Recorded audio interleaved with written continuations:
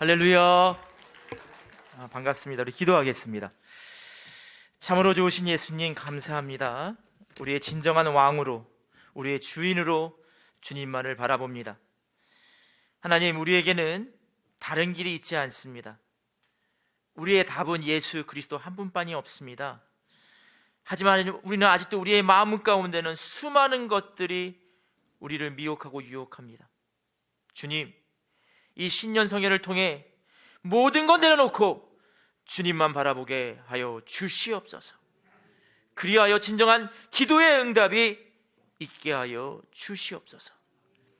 하나님, 부족한 자가 귀한 단에 섰습니다.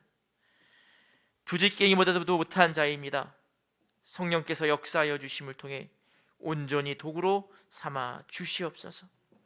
오늘 귀한 말씀을 통해 피차 은혜가 넘칠 수 있도록 성령께서 말하게 하시고 듣게 하여 주시옵소서. 시종을 가로 주님께 의탁드리며 예수 그리스도의 이름으로 간절히 기도드렸습니다. 아멘. 할렐루야. 우리 서로 인사합시다. 하나님만 높여드립시다.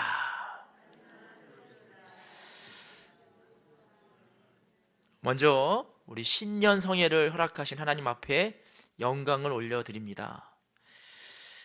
그리고 제가 너무나 존경하고 또 함께 일하며 많은 부분에 있어서 어찌 보면 제가 너무나 좋아하는 목사님이기도 하지만 큰형 같아요, 우리 목사님께서. 근데 늘 인자하시고 또한 가장 중요한 시점에서 가장 바른 결정을 할 수 있도록 지도해 주시는 분이 우리 담임 목사님이신 우리 이명승 목사님이세요.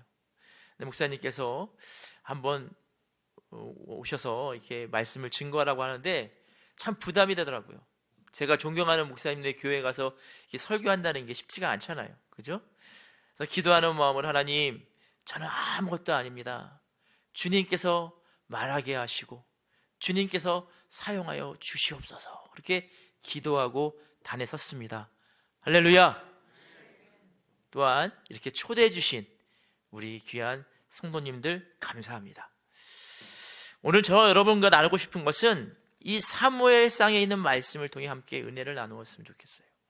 이 사무엘을 통해 믿음이 무엇인지, 심령이 가난한 것이 무엇인지 깨달을 수 있는 저와 여러분이 되시기를 예수님의 이름으로 간절히 축원합니다. 여러분, 마태복음에 보면, 마태복음 5장에 보면 팔복이 나옵니다. 그죠? 심령이 가난한 자는 복이 있나니 천국이 저희 것입니다. 여러분 믿으십니까? 근데 여러분, 심령이 가난한 게 무엇입니까? 심령이 가난한 게 뭐예요, 여러분? 무엇이라고 생각하십니까? 여러분, 심령이 가난하다는 것은 나에게는 예수 그리스도 외에는 답이 없다라는 거예요. 할렐루야, 믿으십니까? 그런데 여러분, 우리들은 선택지가 많아요. 예수 그리스도 외에 선택하고 따르고 힘쓰고자 하는 것들이 너무 많습니다. 그러다 보니까 예수 그리스도는 항상 맨 마지막이에요. 인생의 절벽 가운데 있게 되면 그때서야 주여 살려달라고 두 손 높이 드는 모습이 우리의 모습이 아니겠습니까? 그런데 여러분, 그것은 온전한 믿음이 아니에요. 온전한 믿음은 처음부터 우리가 누구를 의지해야 된다? 오로지 예수 그리스도 한 분만 의지해야 될 줄 믿습니다. 제가 설교를 하기 전에 저희 교회에 있었던 간증을 좀 하고자 합니다. 벌써 1년이 지났어요, 만으로는. 근데 횟수로는 거의 2년이죠. 제가 이제 교회 일을 하고 있는데 갑자기 전화가 왔어요. 권사님한테 전화가 왔는데 권사님이 그러시는 거예요. 목사님, 눈물을 흘리면서 그러는 거예요. 큰일 났습니다. 목사님, 내 딸이요 불치병에 걸렸대요. 막 그러는 거예요. 권사님, 좀 안정을 찾으시고 천천히 말씀해 보세요. 병원에 갔는데 애가 갑자기 주저앉아가지고 너무나 온몸이 아프다 그래가지고 병원에 갔는데 그 병원에서 만성 염증 때문에 그런가 싶어가지고 치료제도 하고 치료제를 사용해 보기도 하고 약을 먹어보기도 했는데 전혀 호전되는 게 없어서 병원에서 한번 이거 검사를 해봅시다. 그래서 그 검사가 뭐냐면 혈액암 검사를 했다는 거예요. 근데 그 혈액암도 일반 혈액암이 아니라 아주 이상한 혈액암이래요. 근데 이게 이 아이가 이 혈액을 통해 이 암이 퍼지다 보니까 이 발끝부터 머리까지 다 암으로 차 있다는 거예요. 그러면서 어떻게 해요, 목사님? 한림대병원에서는 어떻게 할 수가 없대요. 뭐 연대 세브란스 병원이나 서울대병원 가라고 하는데, 목사님 어떻게 해요? 전화했는데 6개월 동안 뭐 예약도 안 되고 입원도 안 되고 아무것도 안 된대요. 막 그러는 거예요. 그래서 제가 일단 기도를 해드리고 우리 장로님들과 얘기를 나누었어요. 근데 다행히도 우리 장로님 중에 한 분이 서울대병원에 있는 소아과, 쉽게 말해서 과장하고 이렇게 아는 사이인가 봐요. 그러셔가지고 그분이 소개로 서울대병원에 갔는데 병원에서 그러는 거예요. 이 아이가 너무나 이 암이 퍼지다 보니까 이 아이가 1년 동안 이제 항암 치료를 받아야 되는데 이 다른 항암 치료보다 훨씬 더 힘들 거다. 그리고 이 아이가 부작용이 있을 수도 있고 중간에 포기되거나 아니면 가망이 없을 수도 있다. 의사가 솔직히 얘기를 했대요. 교회가 어떻게 됐을까요? 여러분 생각해 봅시다. 어른이 아파도 다 마음이 막 무너지는데 그 당시에 그 아이가 중3이었어요. 근데 그 아이가 혈액암으로 이제는 사경을 해뵌다고 하니 교회가 다들 성도들 마음 가운데 다 어둠이 있는 거예요. 안타까움도 있고.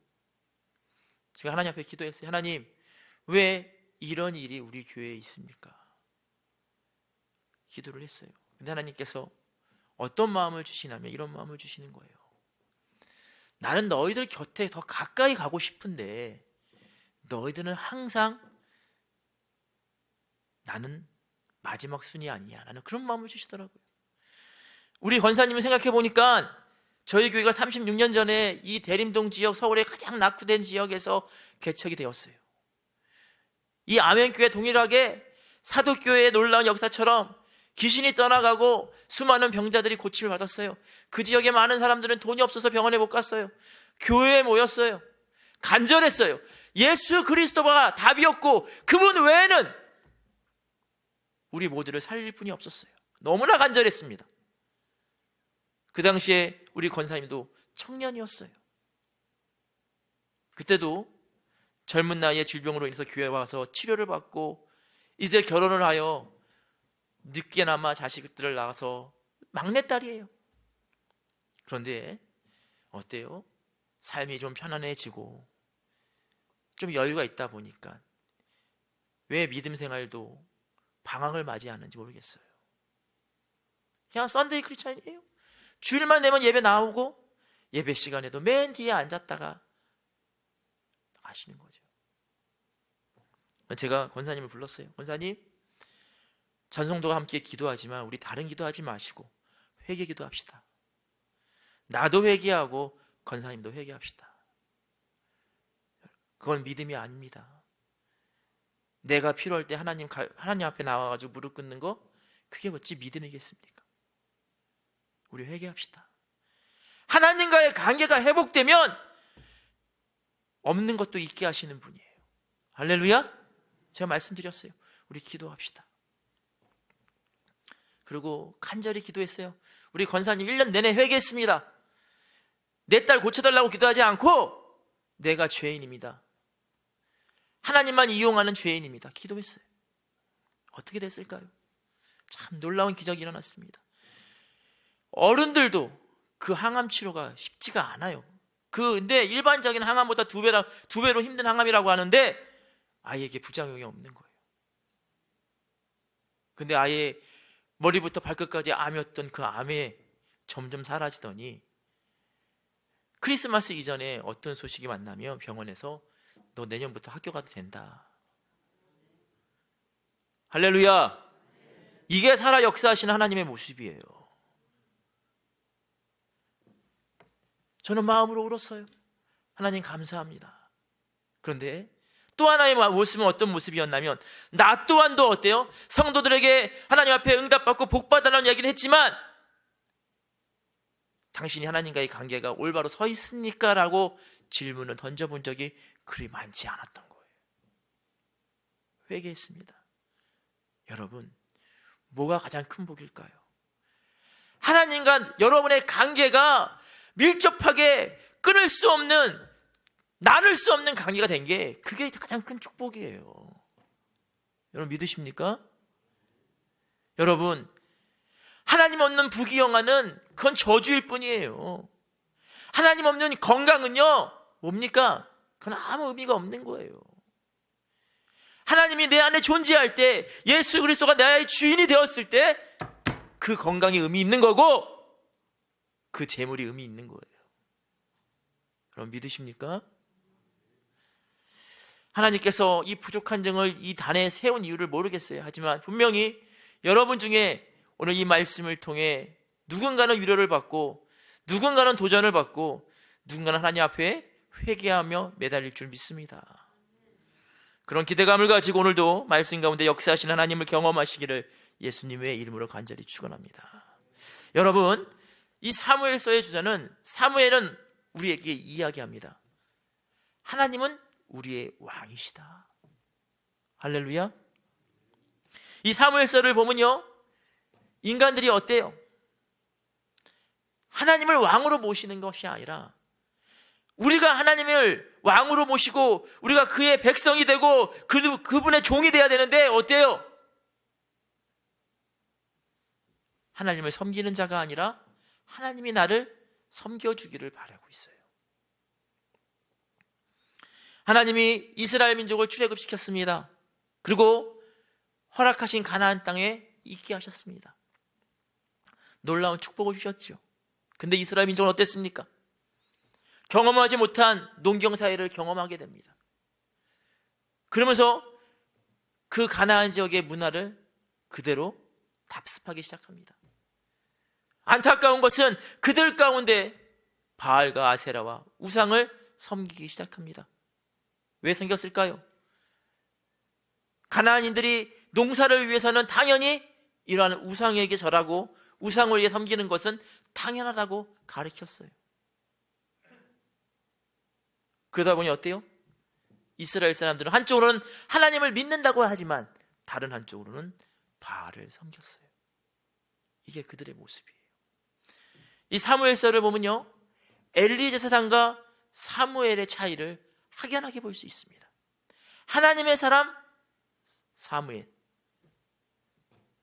그 반대로 세상 가운데 거하는 엘리 제사장, 또한 그의 아들 홈리와 비로하스. 오늘 본문에 보면 어떤 말씀이 나옵니까? 미스바에 가서 사무엘을 중심으로 이스라엘 민족이 회개하는 장면이 나옵니다. 그런데 그 이전에 보면 블레셋과 싸움에서, 전쟁에서 패배한 이스라엘 민족, 그리고 그 모습을 본 홈리와 비누아스는 실로에 있는 하나님의 법궤를 가져옵니다. 그리고 전쟁 가운데 그 법궤를 가져갑니다. 법궤를 가져가면 우리가 전쟁에서 이길 수 있을 거야. 하나님이 우리를 위해 싸워주실 거야. 이겼을까요? 졌을까요? 졌습니다. 왜 졌을까요? 저는 말씀을 곰곰이 보면서 깨달았어요. 그 한 가지는 무엇이다? 하나님의 말씀은요, 우리가 그 말씀을 보고 쫓아가는 거예요. 믿으십니까? 말씀 앞에 숙연해져야 되는 거예요. 겸손해져야 되는 거예요. 나를 낮추어 말씀하시는 대로 행해야 되는 거예요. 근데 많은 성도들은요, 말씀을 나의 입장에서 해석하고, 말씀을 내가 순종하는 말씀이 아니라 말씀을 내 스스로 내 입장에서 해석하고 내 방편대로 사용하는 게 우리들의 모습이라는 거예요. 여러분, 하나님이 기뻐하시겠습니까? 말씀은 우리의 거울이 되어야 되는 거예요. 숙연해져야 되는 거예요. 회개해야 되는 거예요. 하나님 말씀을 보니 내 삶이 너무나 부끄럽습니다. 내가 하나님 앞에 순종하지 못하였습니다. 하나님, 가슴을 찢고 회개하는 것이 바른 자세인데 그들은 어때요? 내가 필요할 때 나는 회개치 아니하고 나는 범죄하고 나는 우상을 섬기고 하나님 앞에 거짓된 삶을 살고 있는데 그것은 회개치 않고 말씀을 내 입장에서 해석하고 사용하는 거죠. 그런데 오늘 본문에 보니까 사무엘은 그렇지 않아요. 사무엘은 그렇지 않아요. 3절의 말씀에 보니까 사무엘이 이스라엘 온 족속에게 일러 가로되 너희가 전심으로 여호와께 돌아오려거든 이방 신들과 아스타롯을 너희 중에서 제하고 너희 마음을 여호와께 향하여 그만 섬기라. 너희를 블레셋 사람의 손에서 건져내시리라. 할렐루야. 사무엘은 틀렸어요. 달랐어요. 뭐가 달랐을까요? 말씀 앞에 우리의 모습을 비추었어요. 우리는 죄인이다. 우리는 거짓되었다. 하나님을 배신하고 우상을 섬겼다. 회개하자. 회개하자. 우리가 회개할 때 그리고 온전히 하나님만 섬길 때 하나님께서 우리의 기도를 응답하사 블레셋을 온전히 그 전쟁에서 승리케 할 것이다. 할렐루야. 여러분 믿으십니까? 오늘 우리가 이걸 깨달아야 돼요. 여러분, 요즘 많은 사람들이 또 우리 청년들이 성경을 공부한다고 이야기합니다. 근데 안타까운 것은 이성적으로 성경을 많이 공부해요. 지적인 공부는 많이 있어요. 근데 삶의 말씀이 적용되지 않아요. 체험되지 않아요. 능력이 나타나지 않아요. 머리는 큰데 가슴은 비어 있어요. 왜 그럴까요? 온전한 거울이 되지 못해요. 어떤 분이 이렇게 이야기합니다. 목사님, 왜 교회 올 때마다 맨날 회개하라고 말씀하십니까? 지금 저희 교회도 40일 갈매상 기도회 중입니다. 근데 제가 이야기했어요. 여러분 40일 중에 우리 4분의 1은 회개만 합시다. 열흘 동안은 회개 기도만 합시다. 뭐 다고다고 하지 마시고 우리 안에 있는 쓴뿌리를 다 주님 앞에 내려놓읍시다. 회개합시다. 그리고 열흘 지나면 회개 기도가 끝나는 게 아니라 회개 기도도 하고 하나님 앞에 또한 우리의 기도의 제목을 아뢰시다. 이랬어요. 여러분, 회개는 너무나 중요한 거예요.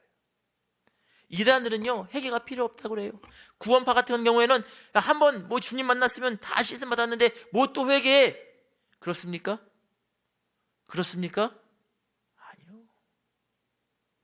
여러분, 우리는 의롭다함을 입은 거지 진짜 우리가 죄인이 아니라는 게 아니에요. 오늘도 우리는 죄를 짓고 살고 있어요. 그죠? 여러분, 이 자리에 앉아 계신 여러분들, 여러분 의로우십니까? 아무도 없어요. 우리는 주님 앞에 나와서 어때요? 날마다 회개해야 되는 거예요. 근데 우리 주님은 그럴 때마다 우리를 그 의로운 손으로 안아주시고, 할렐루야, 용서하시고 또 내일 있게 하시는 거예요. 우리는 주님 만나는 그날까지 몸부림쳐야 되는 거예요. 그게 우리의 신앙의 자세가 아닐까요? 여러분, 사무엘은 먼저 회개 기도를 합니다. 거국적인 회개 운동을 벌입니다. 믿음이 회복되게 하여 하나님께 부르짖고 기도합니다. 그럴 때 하나님께서 친히 싸우심을 그는 그들에게 이야기합니다. 여러분, 말씀을 듣고 은혜를 받고 그 말씀이 생활해야 돼요. 생활해야 된다는 것은 뭡니까? 내 삶에 적용이 된다는 거예요. 적용이 된다는 게 뭡니까? 남의 입장에서 말씀을 보는 게 아니에요. 내 입장에서 말씀을 해석하는 거예요. 남이 말씀 안 지킨 거를 따지는 거 아니라 내가 말씀대로 살지 않은 모습들을 들추어지는 거예요. 그게 진짜 회개고 그게 진짜 은혜 받은 거예요. 좋아요, 여러분. 하나님 앞에 간절해야 돼요. 여러분, 목사는 늘 잘한다? 그렇지 않습니다. 저도 부족함이 있어요. 제가 미국 애틀란타에서 부교육자로 있을 때였어요.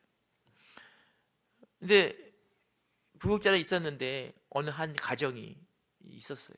권사님하고 두 아들이 있었는데, 이 권사님이 어떤 권사님이었냐면 남편이 아프리카 탄자니아에서, 쉽게 말해서 사업차 같이 가정이 다 탄자니아 간 거예요. 근데 국가로 상대로 의료품을 제공하고 판매했던 그런 사업을 했는데, 당시에 탄자니아 정부에서 돈이 없다 보니까 한 3년 동안 대금을 안 치러주는 거예요. 그러니까 이 가정이 완전히 하루아침에 폭삭 망했다고 얘기할 수 있겠죠. 그러니까 남편이 더 이상 이 탄자니아에 자기 아내랑 자식을 둘 수가 없으니까 미국에 그 권사님의 여동생이 있다고 하니까 애틀란타로 보낸 거죠. 겨우 비행기표 얻어가지고. 따지고 보면 동생 집에서 거의 얹혀 사는 거죠. 그러다가 이 권사님이 어떻든 미국에서 자 새벽별 보고 일어나서 일하면서 일하다가 겨우 아파트 렌트를 했어요. 근데 그 애틀란타가 집값이 되게 싼 동네인데, 그 싼 동네에서도 가장 안 좋은 아파트, 가장 저렴한 아파트. 여러분도 아시겠지만 미국은 뭐 다 커요. 뭐 벌레도 다 커, 바퀴벌레도 크고 쥐도 다 크고 다 큽니다. 그냥 우글우글하는 그런 아파트로 이사를 갔어요. 근데 그분은 항상 교회 새벽 예배 올 때마다 하나님 앞에 나는 죄인입니다. 하나님, 제가 죄인입니다. 제가 기도하지 않았습니다. 날마다 기도하는 거예요. 그래서 저도 주의 종이니까 안타깝지요. 그죠? 또 아이가 어린 나이에 아빠를 떠나서 이렇게 하는데 뭐 나름대로 챙겨준다고 했지만 쉽지가 않잖아요. 근데 그렇게 이제 신앙생활 같이 하고 있는데 어느 날 전화가 왔어요. 권사님한테. 목사님, 우리 큰아들이 갑자기 턱이 빠졌다는 거예요. 턱이. 그래서 병원에 가는 중인데 병원에 가기 전에 죄송한데 목사님한테 기도받고 가면 안 되냐고. 근데 속으로 참 저도 나약한 종이었죠. 아니, 배가 아프면 좀 기도를 해주고, 그죠? 머리가 아프면 기도를 해주고, 어디가 아프면 기도를 해주겠는데 턱이 빠졌는데 뭘 어떻게 기도를 해야 되나, 혼자서 마음속에 하는 거예요. 근데 또 어떻게 온다는데 오지 말라 그래요. 그래요, 안 그래요, 여러분? 근데 권사님 들어오세요 그래서. 근데 이 권사님이 병원에 가는 길이 아니라 우리 집 문 앞에서 전화를 한 거예요. 아니 1분도 안 됐는데 띵동 하는 거예요. 애가 턱이 빠져가지고 이거 들어오는 거예요. 어떻게 합니까? 그냥 기도를 했죠. 근데 권사님 그러는 거예요. 목사님한테 기도받으면 아이가 턱이 붙을 것 같다고 그러는 거예요. 제 마음 가운데는 이제 큰일 났어. 아니 뭐 다른 것도 아니라 턱이 빠진 걸 내가 어떻게 하냐고. 그리고 그 아이 턱을 딱 잡고 기도했어요. 그냥 주여 했거든요. 뚝 소리 나는 거예요. 저 건들지도 않았는데. 근데 갑자기 그 아들내미가 엄마 말을 하는 거예요. 턱이 붙었나 봐 그러는 거예요. 근데 권사님한테, 권사님 왜 병원에 가다가 저희 집에 오셨어요? 그랬어요. 근데 여러분, 미국은요 의료비가 가장 비싼 나라 중에 하나입니다. 여러분, 우리 가서 병원 가가지고 여러분 한 몇천 원 주면 진료받잖아요. 의사한테 진료받으려면 몇백 불이에요. 몇백 불이 몇십만 원이라는 거죠. 턱이 빠져가지고 뭔가 이렇게 손을 댔다? 그냥 몇백만 원이 그냥 우리나라 돈으로 그냥 국민 의료보험이 없으니까. 그러니까 이분에게는 이 아이를 치료할 수 있는 어떤 여력이 없는 거예요. 그러니까 이분의 믿음에는 어때요? 나는 죄인이고 나약하지만 하나님은 종을 통해 기도받으면 우리 아들 날 거라는 믿음으로 온 거죠. 그래서 제가 돌아간 다음에 우리 사모한테 이야기했어요. 저거는 나의 기도의 능력이 아니야. 저 권사님의 믿음이야. 나 회개해야 돼 그랬어요, 우리 와이프한테. 내 마음 가운데 솔직하게 아유 턱이 빠졌는데 나를 찾아와, 그런 마음이 있는 거예요. 근데 어때요? 겉으로는 아이 권사님 오세요 했죠. 근데 여러분, 제가 그때 어떤 걸 경험했냐면, 첫째는 그 권사님의 간절함이었어요. 둘째는 뭐였냐면 그분은 항상 남에게 뭘 전가하지 않았어요. 내가 죄인이기 때문에, 내가 부족하기 때문에, 내가 하나님 앞에 올바르지 못하기 때문에. 충분히 남편을 원망할 수도 있는 거예요. 사회를 원망할 수도 있어요. 그죠? 절대 그러지 않았어요. 늘 말씀 앞에 내가 죄인입니다. 내가 하나님 앞에 기도하지 못했고, 내가 하나님 앞에 무릎 꿇지 못했고, 내가 하나님 앞에 정직하지 못했고, 내가 죄인입니다. 늘 그렇게 회개한 분이었어요. 그런데 제가 이제 한국에 돌아오기 전에 어떤 일이 있었냐면, 그렇게 힘들게 했던 탄자니아 정부가 바뀌었어요. 근데 탄자니아 정부가 바뀌어가지고 새로운 대통령과 새로운 정권이 생겼는데, 이제 이 이제 권사님의 신랑 되시는 분한테 지금까지 이거 해줘서 고맙다고 밀린 대금을 다 준 것뿐만 아니라 이분하고 15년 동안 단독으로 계약을 한 거예요. 근데 생각해 봅시다. 암만 못 사는 나라라도 국가 차원에서 한 사업이니까 우리가 생각하는 그 정도의 금액이 아닌 거예요. 어느 날 신랑 되는 분이 미국에 방문했어요. 근데 제가 이제 아버지가 없다 보니까 뭐 졸업식 때 또 제가 대신 가서 아버지가 이렇게 해주는 배지도 달아주고 그랬거든요. 그러니까 이제 오셔가지고 저한테, 아유 목사님 너무나 감사합니다. 우리 아들 저를 대신해서 이렇게 해주고 우리 가정을 위해서 기도해 주셔서 고맙다고 그러는 거예요.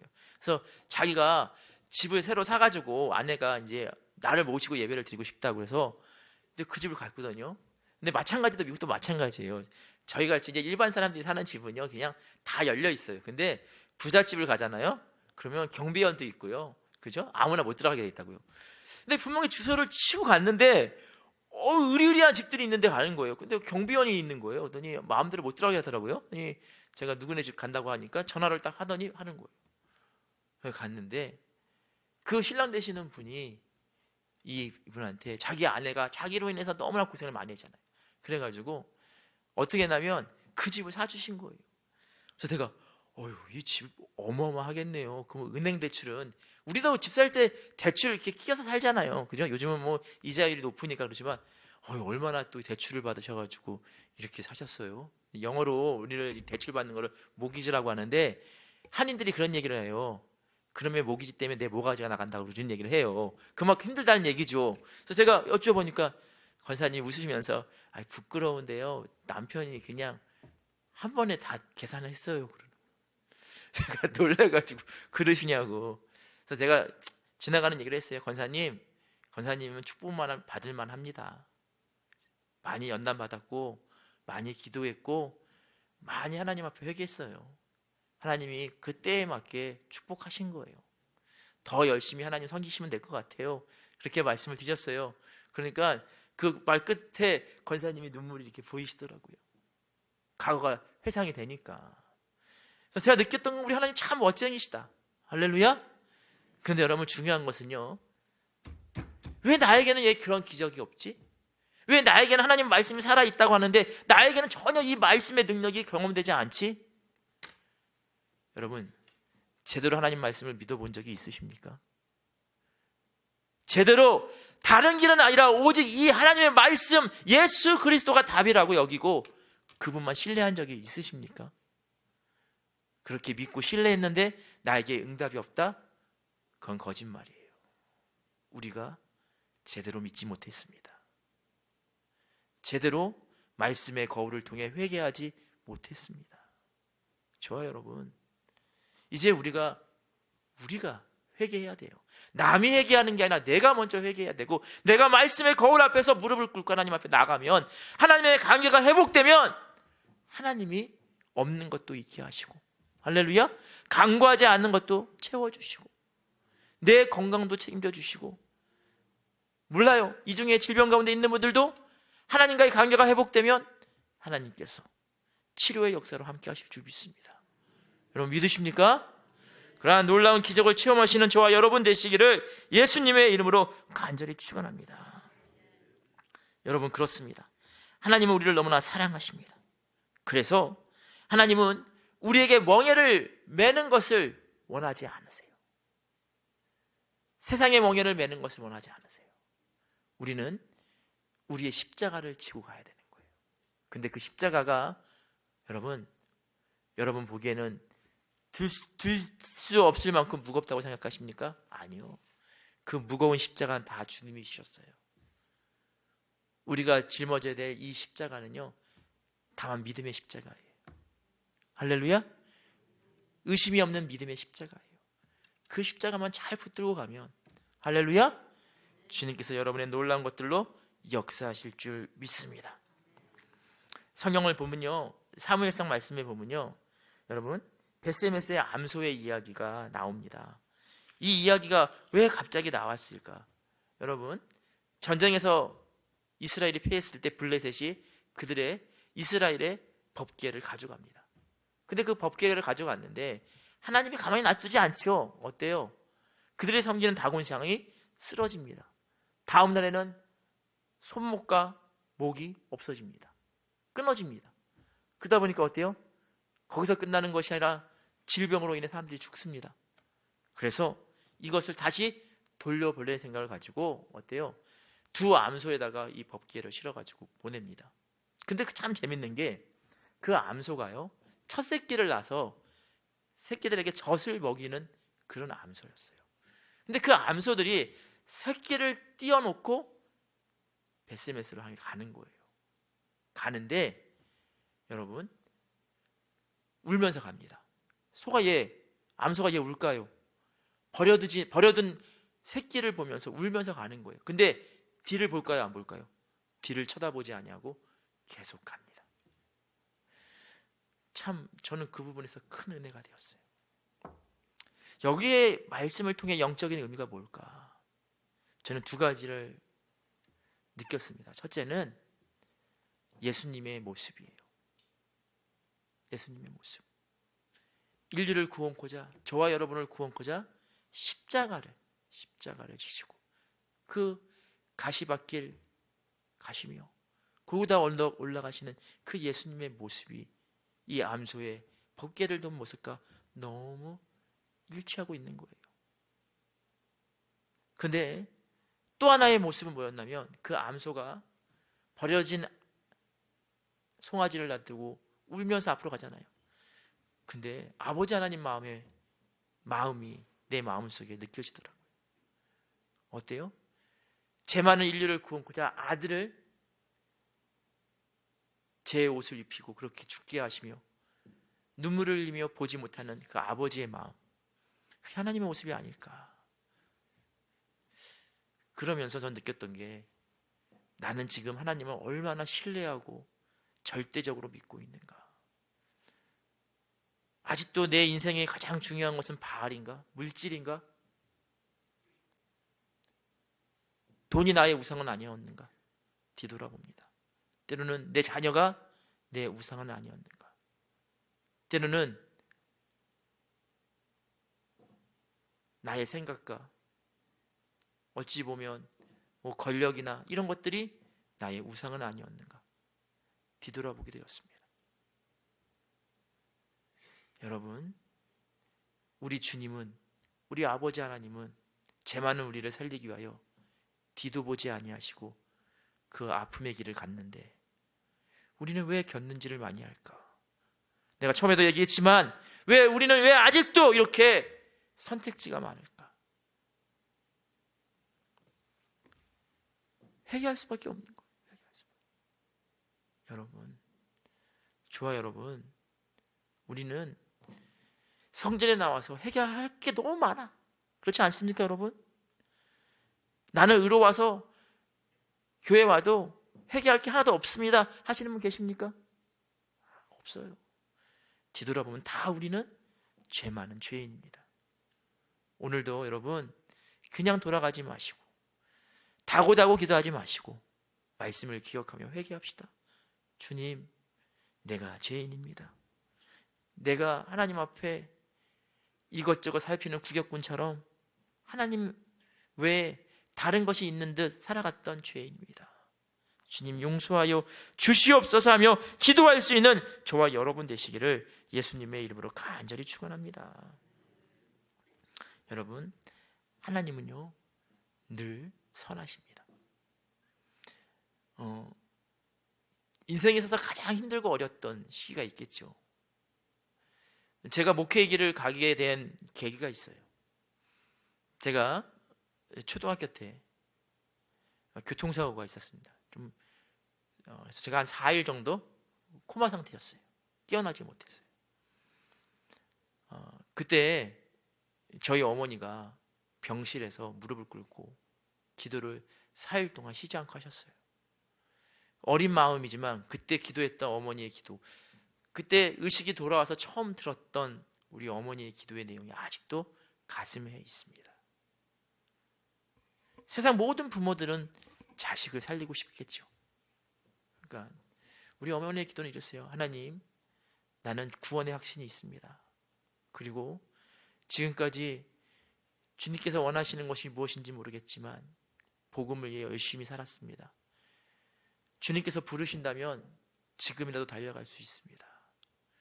하지만 이 나이 어린 아이는 이 아이에게 무슨 믿음이 있고 무슨 하나님을 향한 인격적인 만남이 있겠습니까? 하나님, 나를 불러가시고 이 아이를 살려서서 하나님 나라의 일꾼으로 세워달라고 기도하시는 어머니의 기도가 아직도 기억이 납니다. 지금 되돌아보면 목회 자리에 있게 했던 그 기도의 능력이 아직도 제 마음을 울릴 때가 있어요. 때로 게으르거나 딴 생각을 할 때 너는 하나님이 다시 주신 생명이야 라는 음성이 내 가슴에 울리는 것 같아요. 여러분, 믿음은요, 하나님과의 체험이 없으면 안 돼요. 믿으십니까? 그냥 교회에 왔다 갔다 그게 구원받는 믿음이 아니에요. 예수님과의 진짜 끊을 수 없는 체험이 있어야 돼요. 나를 위해 십자가에 달려 죽으신 그 예수님이 그 피로 나를 건졌다는 것이 느껴지고 체험되는 놀라운 믿음의 시기가 있어야 된다는 거죠. 근데 여러분, 우리는 어때요? 너무나 형식적으로 신앙생활 할 때가 있다. 우리 회개합시다. 오늘 회개할 때 하나님, 내가 주님의 보혈을 의지하여 주님 앞에 나아오니 나의 죄악을 말끔히 씻겨주시고 내 안에 오셔서 나의 주인이 되어주시고, 할렐루야, 나를 만나주심을 통해 내가 새롭게 변화되어서 하나님이 원하시는 하나님의 나라의 일꾼이 되어서 그냥 슬렁슬렁 믿음 생활하는 자가 아니라 영혼 살리는 일에 도모하고 주님이 기뻐하시는 일이라면 최선을 다하고, 하나님이 핏값으로 세운 이 아멘교회에 필요한 일이 있다면 내가 먼저 앞장서서 목사님 도와서 일할 수 있는 그런 하나님의 사람 되기를 원합니다. 그런 결단과 기도가 있어야 되지 않겠습니까? 그럴 때 주님을 만났을 때 여러분, 잘했다 칭찬받는 종이 되는 거지, 이 게으른 종아, 저와 여러분 그렇게 예수님에게 질타받고 책만 듣는 종이 아니라 잘했다 칭찬받을 수 있는 그런 하나님의 종이 됩시다. 그러기 위해서는 먼저 내 자신을 청소를 해야 돼요. 성경의 계시록에 보면 세마포 옷을 빨라고 그랬어요. 세마포를 빤다는 게 어떤 의미냐면 회개한다는 거예요. 우리의 심령을 회개함을 통해, 빨래함을 통해 하얗게 해야 될 줄 믿습니다. 할렐루야. 이제 목사님께서 한 40분 정도 설교를 하라고 했는데 40분이 금방 지나갔네요. 할렐루야. 또 기회가 있으면 여러분 귀하게 또 교제를 나눴으면 좋겠습니다. 오늘 주제는 간단해요. 여러분, 뭡니까? 사무엘처럼 말씀의 거울을 내 앞에 대고 내가 먼저 회개하자. 할렐루야. 그러한 저와 여러분 되시기를 예수님의 이름으로 간절히 축원합니다. 여러분, 이 시간 우리 찬양하고 같이 기도했으면 좋겠어요. 죄송한데 찬양팀 앞에 나서 같이 좀 찬양을 불러주셨으면 좋겠습니다. 우리 이 시간 찬양할 때 우리 내 주의 보혈은 다 아는 우리 찬송가, 또 뒷부분에 편곡된 부분이 있지만 이 가사를 생각하면서 우리 하나님 앞에 회개하는 마음으로 같이 찬양했으면 좋겠어요.